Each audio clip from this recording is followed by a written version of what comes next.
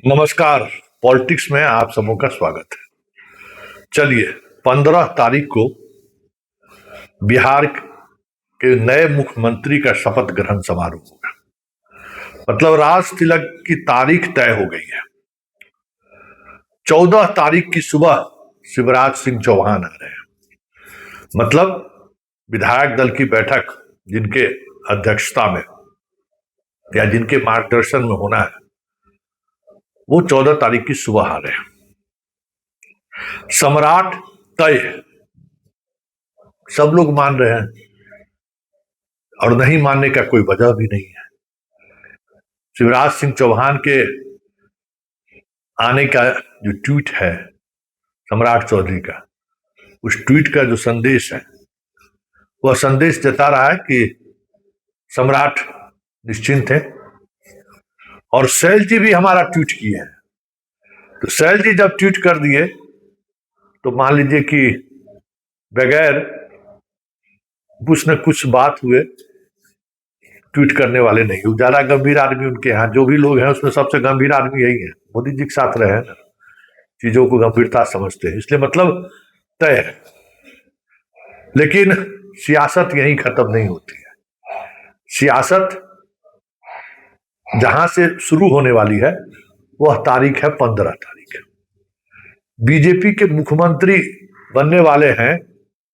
अब ये खबर नहीं है, खबर यह है कि 15 तारीख के बाद कैसा होगा बिहार, कौन होगा बिहार का मुखिया। सबों के जुबान पर अपने अपने तरीके से नाम है। हर कोई अपने जाति के जो नेता हैं वो अपने तरीके से नाम ले रहे हैं। कोई श्रेयसी सिंह कह रहे हैं, कोई हरी सैनी कह रहे हैं, कोई लखनदर पासवान का भी नाम ले रहे हैं, संजय जायसवाल भी हैं, नित्यानंद राय भी है। मतलब सोशल मीडिया पर जो कास्ट का जो एक फेनोमिना चला है ना, अपने कास्ट के लिए लॉबिंग करना, पता नहीं जात खत्म हुआ तब कास्ट आ गया है, तो वो जारी है। लेकिन जो स्थिति बता रही है, जिस तरीके से चीजें चल रही हैं, सम्राट पर थोड़ा भरोसा कर लीजिए कि वही बनेंगे। भरोसा नहीं करने वाले का जो तर्क है, जब नितिन नवीन राष्ट्रीय अध्यक्ष बन सकते हैं, जब यादव जी मध्य प्रदेश में बन सकते हैं, राजस्थान में पंडित जी बन सकते हैं, सैनी जी हरियाणा में बन सकते हैं, तो बिहार में सम्राट की चर्चा सरेआम है। ये बन जाएंगे, ये कोई जरूरी थोड़ी है। और शिवराज सिंह चौहान आ रहे हैं तो कहीं पर्ची निकाल दिए तो ये इस बात में भी दम है। लेकिन यहां गठबंधन की सरकार है।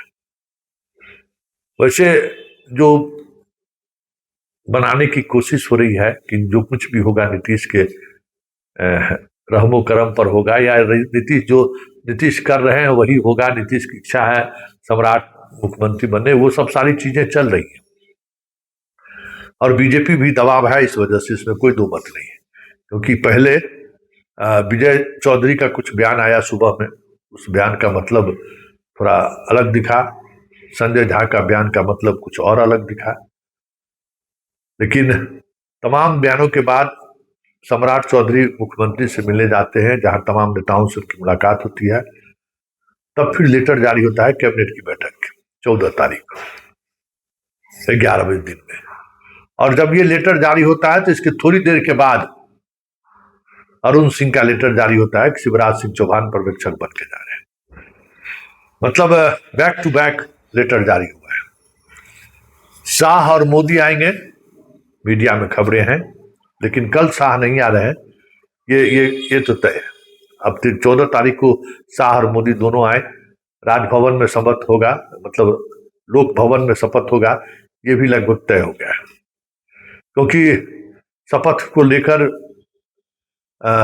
जो चीजें दिखाने की कोशिश गांधी मैदान में हो रही है, जो रिपोर्ट है विभाग के अंदर का, फिर पार्टी के अंदर का, वो उत्साह, वो जुनून शायद गांधी मैदान में न दिखे जो मोदी और शाह दिखाना चाहते हैं।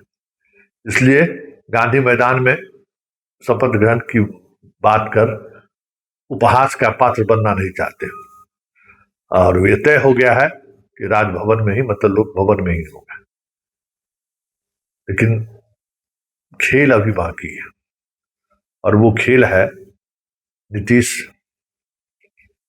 की तरफ का खेल। एएनआई जैसी संस्था ट्वीट करती है कि नीतीश कुमार की आखिरी, कह सकते हैं कि कैबिनेट है, और उसमें राजद के बहुत से सीनियर मोस्ट लीडर, सबसे समझदार लीडर है, वो रीट्वीट करते हैं। इतनी जल्दी भी क्या है, जरूरी नहीं है कि ये कयास लगाना, अभी इंतजार कीजिए। आज तेजस्वी का भी कुछ बयान आईपी गुप्ता के कार्यक्रम में कुछ उत्साही रहा नीतीश को लेकर आज दूसरे मिजाज में दिखे। मतलब 15 के बाद बहुत सारी चीजें बदलती हुई आपको दिखेंगी। वैसे एक बार सत्ता बीजेपी के हाथ आ जाए, इतना आसानी से सत्ता गंवा देगी बीजेपी, ये सोचना भी अपने आप में एक बेमानी है। जब जहां अनिश्चितता का पूरा खेल दिखता है, वहां तो बीजेपी वापसी कर लेती है। यहां तो सरकार है, संभव है क्या? मोदी और शाह के कार्यकाल में एक भी ऐसी सरकार है जो सरकार शपथ ले लिया हो, उसके बाद बहुमत साबित नहीं करने की वजह से रिजाइन दिया हो? ध्वस्त कर देगा भाई, ध्वस्त कर देगा, इतनी ताकत रख है।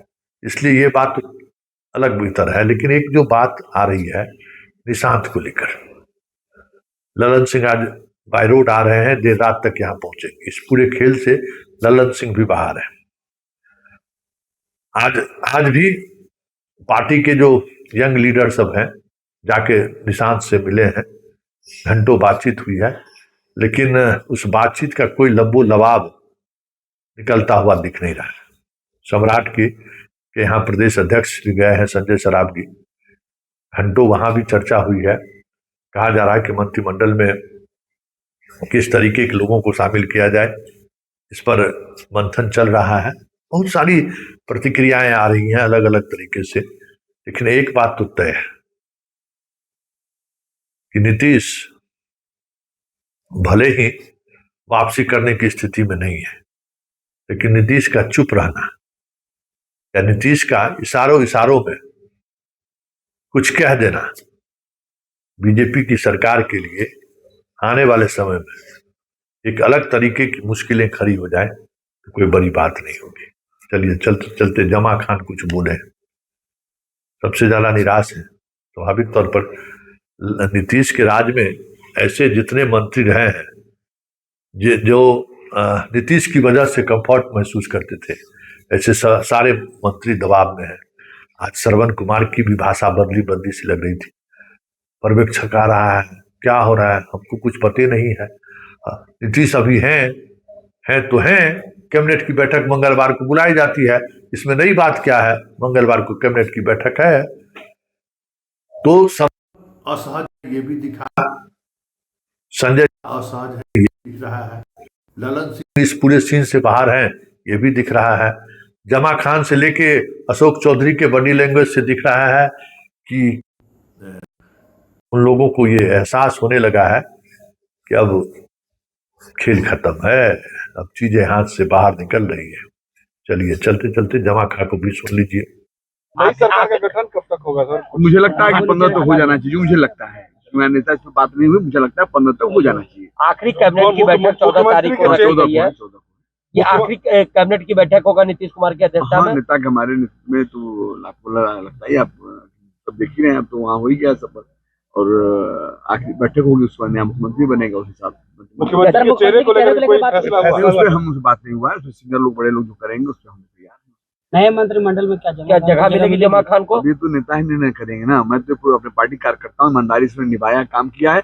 आगे जो नेता नेतृत्व देंगे उस पर वो काम करेंगे।